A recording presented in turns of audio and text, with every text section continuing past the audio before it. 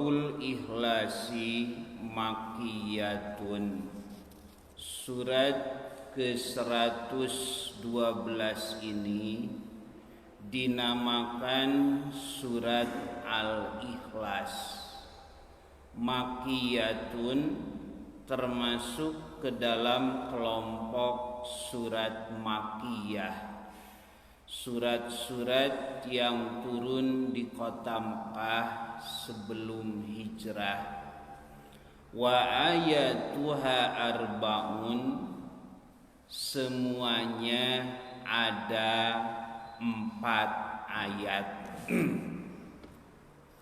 Nah, ini kenapa diberi nama Al-Ikhlas? Jadi penamaan nama-nama dalam Al-Quran itu menurut para ulama termasuk tauqifi.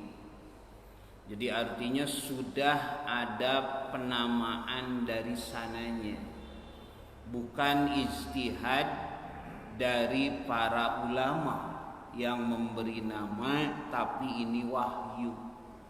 Ngahaja we nabi teh dibere ngaran Al-Ikhlas. Padahal kalau kita lihat dari awal sampai akhir tidak ada kata-kata ikhlas di sana. Berbeda dengan surat yang lain, disebut surat An-Nas karena berulang-ulang kata An-Nas itu disebut dalam surat tersebut. Dinamakan surat Al-Falaq, ada kata Al-Falaq. Al-Baqarah, Ali Imran, An-Nisa. Nah, sedangkan surat Al-Ikhlas dinamakan surat Al-Ikhlas, padahal tidak ada dari 4 ayat ini 1 ayat yang menyebut kata ikhlas, gitu. Tak diurang jarang menyebut surat Al-Ikhlas. Surat Kulhu disebut Kulhu perkara apa? Nah, jadi inti keikhlasan itu adalah tauhid. Tauhid kepada Allah Subhanahu wa taala. Mentauhidkan Allah Subhanahu wa taala dalam segala amal, tindakan, ucapan dan amal. Jadi yang namanya ikhlas itu tidak usah disebutkan, tidak usah diomongkan, apalagi diucapkan dalam nada kekecewaan. Saya tegas ikhlas, ternyata teu ikhlas saya dan begitu. Jadi ikhlas itu tidak usah diomong-omong. Jadi mentauhidkan Allah Subhanahu wa taala dalam segala amal kita, biar orang lain tidak tahu, tapi Allah yang maha mengetahui. Nah, itu keikhlasan. Mengenai sababun nuzul surat ini, ruwiya diriwayatkan ana ba'dal musyrikin, sesungguhnya sebagian orang-orang musyrik ja'u ila Rasulillahi sallallahu alaihi wasallam, pernah datang kepada Rasulullah sallallahu alaihi wasallam. Faqalu, mereka bertanya, ya Muhammadu, wahai Muhammad, sif lana rabbaka, coba terangkan kepada kami Rabbaka, mengenai sifat-sifat Tuhanmu. Nu disebut Allah teh kumaha? A min zahabin, apakah Allah itu terbuat dari emas? Kita pikiran jahiliyah gitu.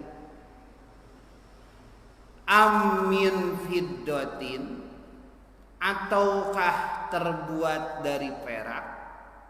Amin zabaradin, atau terbuat dari batu permata? amin yakutin atau dari batu mulia. Nah, Allah itu seperti apa? Karena memang pola pikir jahiliyah itu dibentuk serba materi. Nah, ini bahayanya. Kalau manusia sudah terbelenggu oleh pemikiran materialisme, nanti apapun harus berupa materi, apapun harus berupa benda. Menghargai apapun itu dilihat dari segi materinya.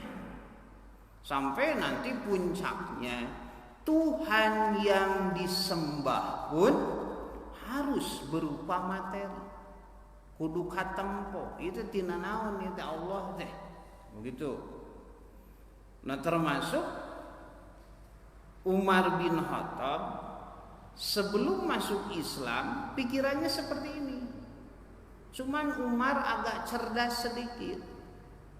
Begitu. Orang lain menyembah patung dari kayu, dari batu dan sebagainya. Menurut Umar, yang namanya Tuhan yang disembah adalah Tuhan yang memberi kekuatan.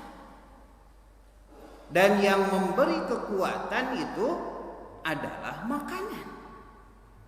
Maka dibuatlah Tuhan dari makanan. Nyieun pangeran tina roti. Begitu. Sebelum berangkat ku Umar teh disembah, sebab ieu teh sumber kekuatan. Begitu pulang ke rumah lapar, maka Tuhan itu dimakan. Nah, itu disebut jahiliyah dan begitu. Nepi ka pangeran wae dituah. Jadi pikirannya itu seperti itu. Nah, ini bahaya. Nah, di kita pun sedikit demi sedikit kelihatannya dikembalikan ke sana, serba materi. Padahal sejak awal Rasulullah Shallallahu Alaihi Wasallam diutus justru untuk menjauhkan kaum muslimin dari sifat-sifat seperti itu. Makanya pertanyaannya, kenapa di Mekah Rasulullah Shallallahu Alaihi Wasallam tidak membuat bangunan sarana fisik apapun? Di Mekah itu selama 13 tahun beliau tidak membangun masjid, tidak membangun madrasah, tidak membangun sarana-sarana fisik lainnya. Padahal kebutuhan sangat mendesak. Jadi kajen teuing babarengan dengan orang-orang musyrik beribadah di Ka'bah sampai Nabi diperolok-olokkan, diganggu, begitu, ditindihan ku kadut onta atau si Abu Jahal sampai tidak bisa bangkit dari sujudnya. Dan orang-orang musyrikin Quraisy itu sangat mengganggu. Ketika sholat sambil bersiul, bertepuk tangan. Ketika tawaf murianan sambil telanjang. Nya sok bayang sholat dihareupeun aya nu tawaf bari dibubuligieun. Begitu. Nah, padahal kan kebutuhan mendesak. Kumaha atuh nyieun masjid we di Mekah teh misah, dan banyak saudagar-saudagar yang siap. Abu Bakar pun siap, begitu. Yang lain pun siap. Kenapa tidak belajar di rumah Al-Arqam bin Abi Arqam? Pas sedek-sedek, kenapa tidak membuat madrasah? Nah, ini diantaranya Rasulullah Shallallahu Alaihi Wasallam tidak mendahulukan membangun sarana fisik, tapi yang beliau dahulukan adalah isinya terlebih dahulu, jamaahnya terlebih dahulu, sumber daya manusianya terlebih dahulu. Maka lahirlah manusia-manusia pilihan, Abu Bakar, Umar, Utsman, dan yang lainnya dari Mekah. Nah baru setelah jamaahnya siap, begitu hijrah ke Madinah, maka yang terlebih dahulu beliau bangun adalah masjid dan pasar. Masjid tempat beribadah, tempat bermusyawarah, memutuskan segala urusan kaum muslimin, dan pasar tempat berdagangnya orang-orang muhajir.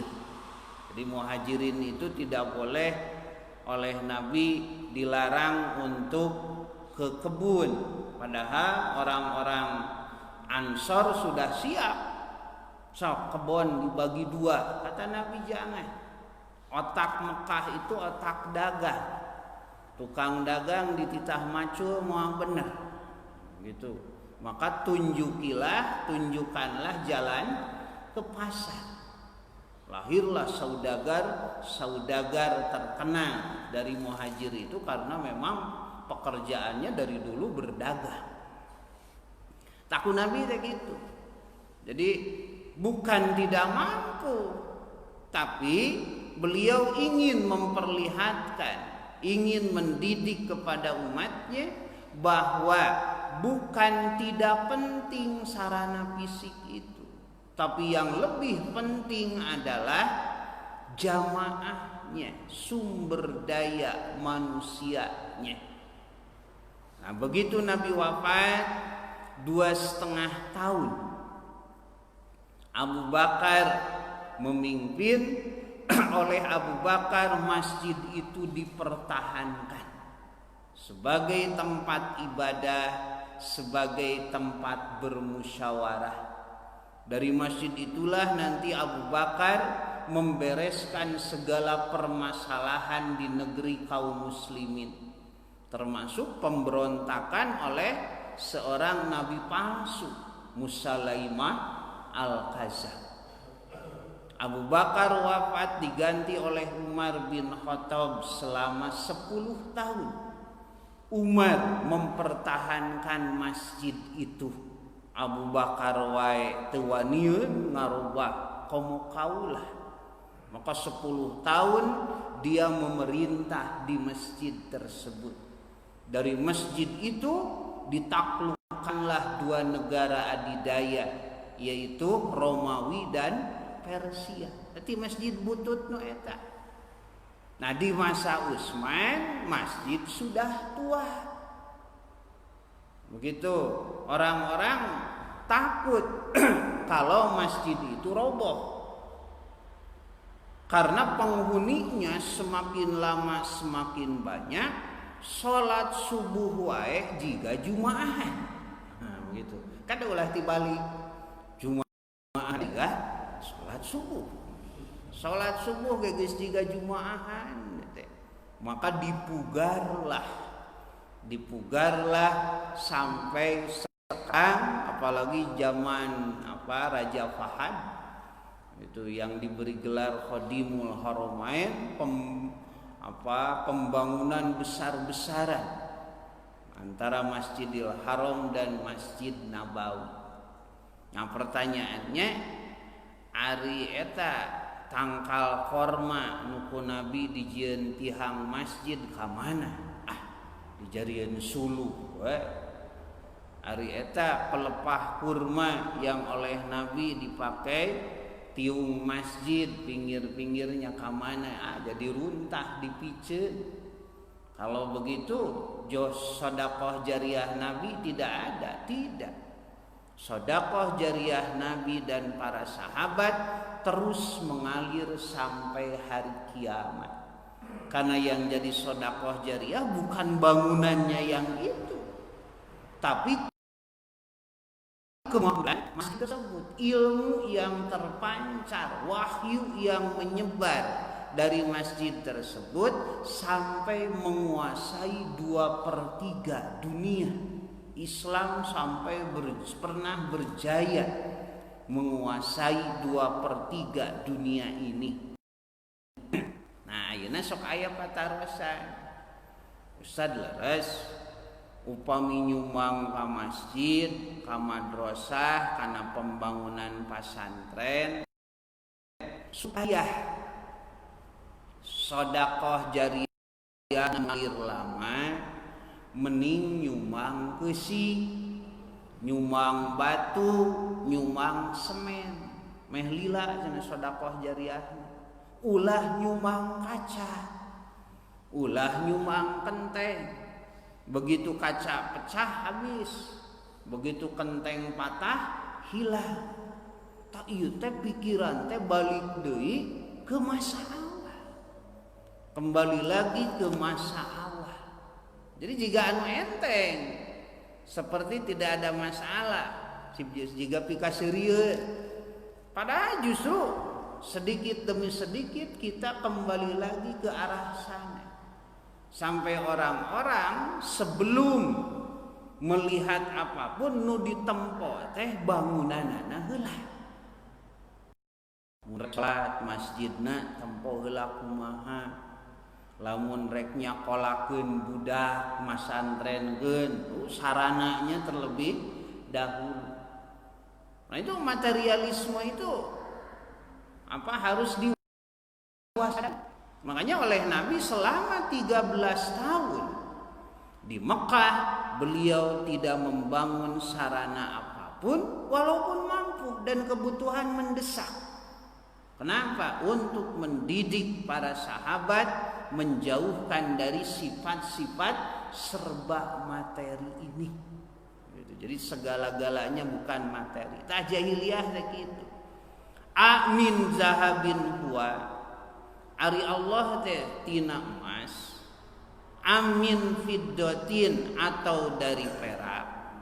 Amin zabarjabin dari permata. Amin yakutin atau dari batu mulia. Panazalat maka turunlah ayat Qul huwallahu ahad Allahus samad lam yalid walam yulad walam yakul lahu kufuwan ahad. Jadi sebagai jawaban dari pertanyaan-pertanyaan orang-orang musyrikin Quraisy. Hadirin kemudian ada penafsiran dari para ulama. Qul huwallahu ahad ay qul ya Muhammad lihaula'il musyrikin al-mustahzi'in. Katakan olehmu Muhammad kepada mereka orang-orang musyrik yang memperolok-olokkan Tuhan. Inna rabbi allazi a'buduhu. Sungguh yang aku sembah wallazi ad'ukum li ibadatihi, dan yang aku seru kalian untuk beribadah kepadanya, huwa wahidun ahadu la syarikalah. Dialah Allah yang esa, yang satu, tidak ada sekutu baginya. La sabiha lahu wa la nadira, tidak ada yang menyamai membandinginya. La fi zatihi, tidak pada zatnya. Wala fi sifatihi, tidak pada sifatnya. Wala fi af'alihi, tidak pada af'alnya. Fahuwa jalla wa ala wahidun ahad. Dialah Allah subhanahu wa ta'ala yang esa. Laisa kama ya'taqidun nasara bitaslis. Tidak seperti akidah orang-orang Nasara yang menyatakan bahwa Tuhan itu tiga. Al-Ab, Tuhan Bapa, wal Ibnu, Tuhan Anak, wa Ruhul Kudus, dan Ruhul Kudus. Wala kama ya'taqidunal musyrikun, atau tidak seperti akidah orang-orang musyrik bita'addudil alihah, yang mereka banyak tuhannya. Jadi disebut musyrik teh percaya ke Allah, cuman selain Allah itu ada Tuhan-Tuhan yang lain. Di urang Madinah pawayangan mah aya Batara Guru, aya batara-batara musajena itu dewa-dewa yang lainnya teh musyrik teh nu kitu. Ari urang jahiliyah percayaeun ayana Allah percaya. Cuman selain Allah itu ada Tuhan-Tuhan yang dan mereka tidak berani berdoa langsung kepada Allah, beribadah langsung kepada Allah, tapi melalui perantara Lata, Hubal, Manat dan dewa-dewa Tuhan-Tuhan yang lainnya. Hadirin ikhwati iman rahimakumullah. Kemudian Allah itu Esa, Allah itu Ahad. Qala fi tasyir, di dalam kitab At-Tasyir dikatakan, wa'lam anna wasfallahi ta'ala bil wahid. Ketahuilah bahwa sifat Allah Ta'ala yang Esa lahu salah satu makna. Allah itu satu, itu punya 3 makna. Dan nanti satunya Allah jangan disamakan dengan satunya makhluk. Ya kita pun satu, tapi satu kita ini terdiri dari 2 tangan, 2 kaki. Tak Allah malain gitu hiji na'udhu. Al-awal yang pertama, annahu wahidun la saniya ma'ahu. Allah itu satu, Allah itu Esa, la saniya ma'ahu, tidak ada duanya. Jadi hiji teh lain 2. Bahwa nafyun lil adad, ini menafikan, menolak berbilah. Hiji mah hiji we. Ente hiji jadi 2, hiji jadi 3, atau jadi 3 in 1 gitu. Jadi satu itu satu, tidak ada duanya. Wasani yang kedua, annahu wahidun la nadira wa la syarika lahu. Allah itu Esa, Allah itu satu, artinya la nadira wa la syarika, tidak ada bandingannya, tidak ada sekutu baginya. Hiji lain 2, hiji teu aya 2 nah. Tidak berbanding, tidak bersekutu. Seperti orang Arab suka mengatakan begini, fulanun wahidun fi asrihi ay la nadira lahu.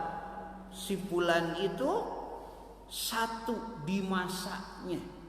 Nah bahasa orang mah sabiwir hiji, teu aya bandingna, teu aya tandingna. Wasali yang ketiga, annahu wahidun la yaqsimu wa la yataba'adu. Allah itu satu, tidak berbagi-bagi, tidak terpisah-pisah.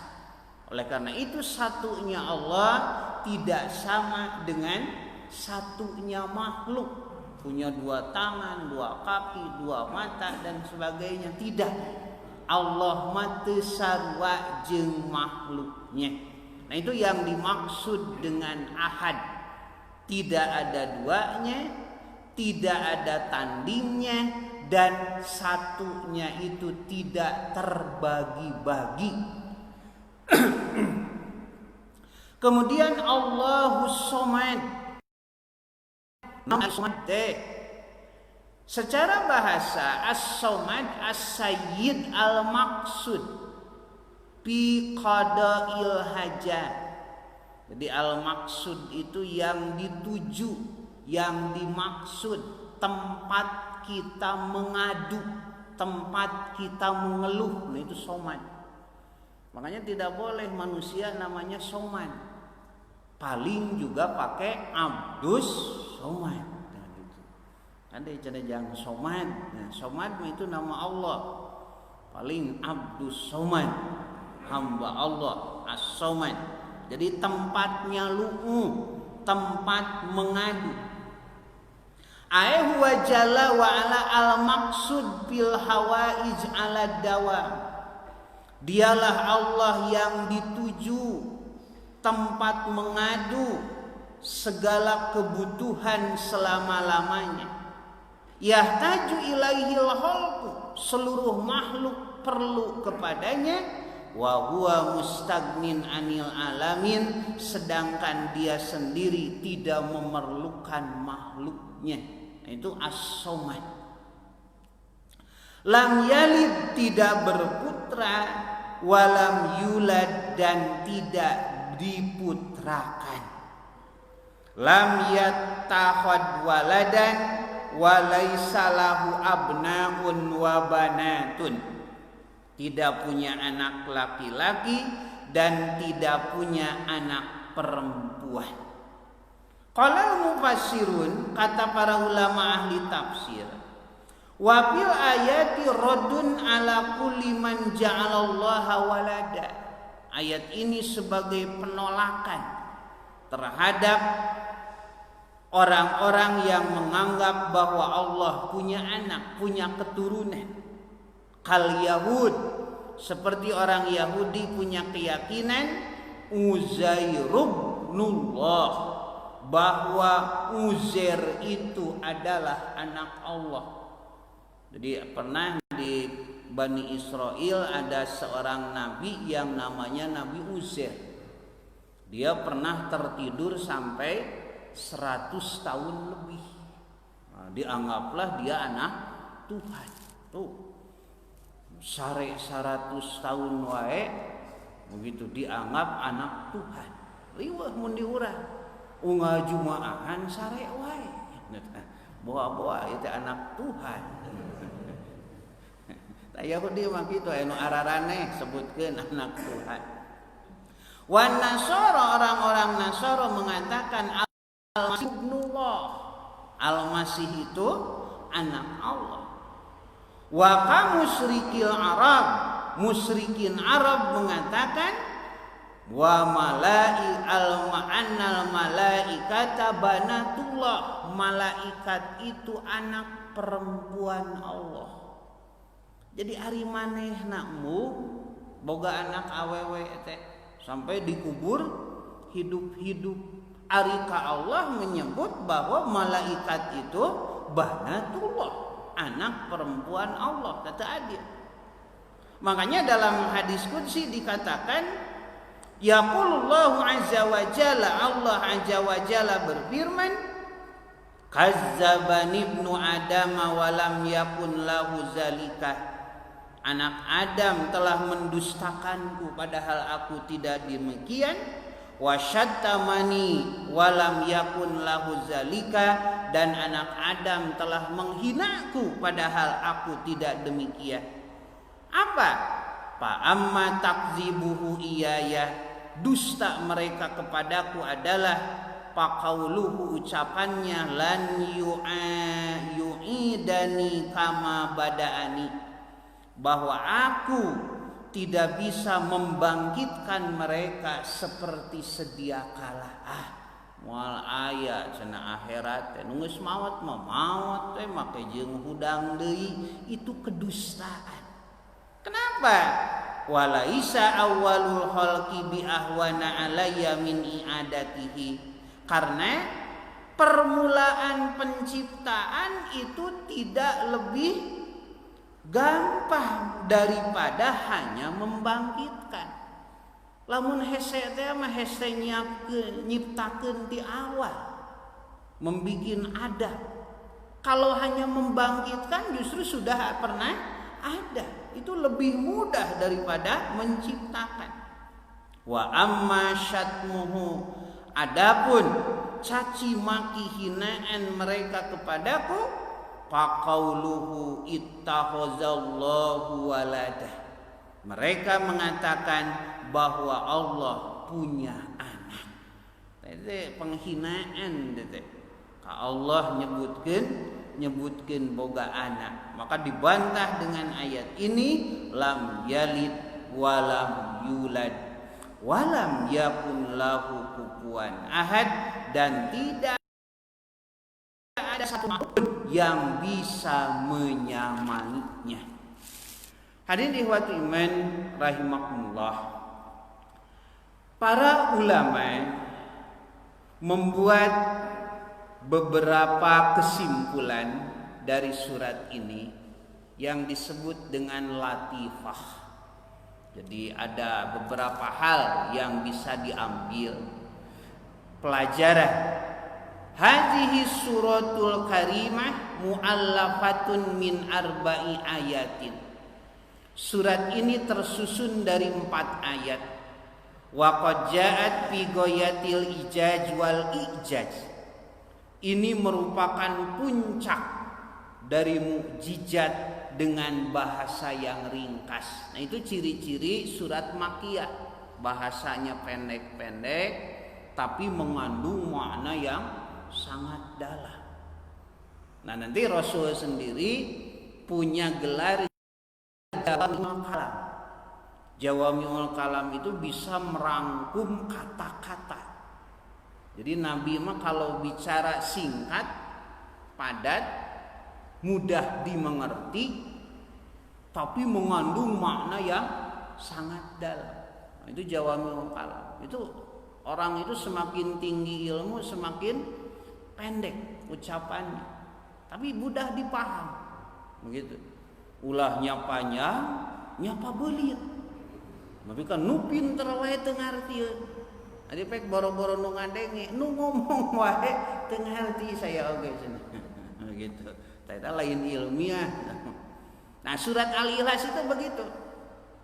Wa audahat sifatil jalali wal kamal, menjelaskan sifat-sifat Allah Subhanahu wa taala. Nazzahat Allah jalla wa ala, membersihkan Allah an sifatil azzi wan naqsi, dari sifat-sifat kekurangan. Faqad asbatatil ayatul ula al-wahdaniyah, seperti ayat pertama menetapkan keesaan. Wa nafatil adad, menolak segala bentuk al-adad, tandingan-tandingan. Qul huwallahu ahad, dialah Allah yang satu, tidak ada duanya, tidak ada yang menandinginya, dan tidak berbagi-bagi. Wa asbatatus saniyah, ayat kedua menetapkan kamalahu, kesempurnaannya, dan menolak an-naqsu wal ajaj, kekurangannya. Allahus samad, Allah tempat mengadu. Wa asbatatis salisah, ayat ketiga azaliyatun wa baqa'uhu, menerangkan azali, wa baqa'uhu, kelanggengannya. Wa nafatiz zuriyah wan nasal, menolak keturunan, lam yalid walam yulad. Dan ayat yang keempat menerangkan udmatuhu, keagungannya, tidak ada bandingannya. Walam yakul lahu kufuwan ahad. Itu 4 ayat tapi sangat pendek dan sangat bermakna. Yang terakhir diriwayatkan dari Nabi sallallahu alaihi wasallam, riwayat Imam Ahmad An-Nasa'i dari sahabat Ubay bin Ka'ab. Man qara'a qul huwallahu ahad. Siapa yang membaca surat Al-Ikhlas, kadang-kadang disebut surat Qul huwallahu ahad, paka'anna ma qara'a bisulusil Qur'an, maka seolah-olah dia sudah membaca 1/3 dari Al-Qur'an. Maka kadang-kadang kalau salah paham gampang, sok tamatkeun cenah Qur'an, maca kulhu 3 kali beres. Tanu kumaha Al-Ikhlas 1/3 Al-Qur'an teh. Qalal ulama, kata para ulama, wa zalika lima tadammanathu. Kenapa surat Al-Ikhlas itu disebut oleh Nabi 1/3 Al-Qur'an? Karena isi kandungannya minal ma'ani wal ulum wal ma'arif, makna-makna dan ilmu-ilmunya. Fa inna ulumal Qur'ani salasatun, ilmu Al-Qur'an itu ada 3. Tauhid, wa ahkamun, hukum-hukum, wa qisasun dan kisah-kisah. Dina Quran mung tilu, tauhid, hukum, kisah. Wa qad istamalat hadhihi suratu ala tauhid. Maka surat Al-Ikhlas ini mencakup yang namanya tauhid. Tak disebut ikhlas. Fahia sulusul Quran bihazal i'tibar, maka itulah yang dimaksud sepertiga dari Al-Quran dari segi tauhidnya. Can ke hukumna kumaha, kisah-kisahna kumaha. Wakila, tapi ada juga ulama yang berpendapat inna zalika pisawab. Ini menunjukkan pada pahala. Liman qara'aha, siapa yang membaca qul huwallahu ahad, minal ajri mislu ma ajjara min man qara'a sulusal Qur'an. Dia akan mendapat pahala seperti pahala orang yang membaca sepertiga dari Al-Qur'an. Eta mangga. Cuman yang paling penting jangan salah pahami, cukup we maca qul, tidak dibaca surat-surat yang lainnya. Sami'na wa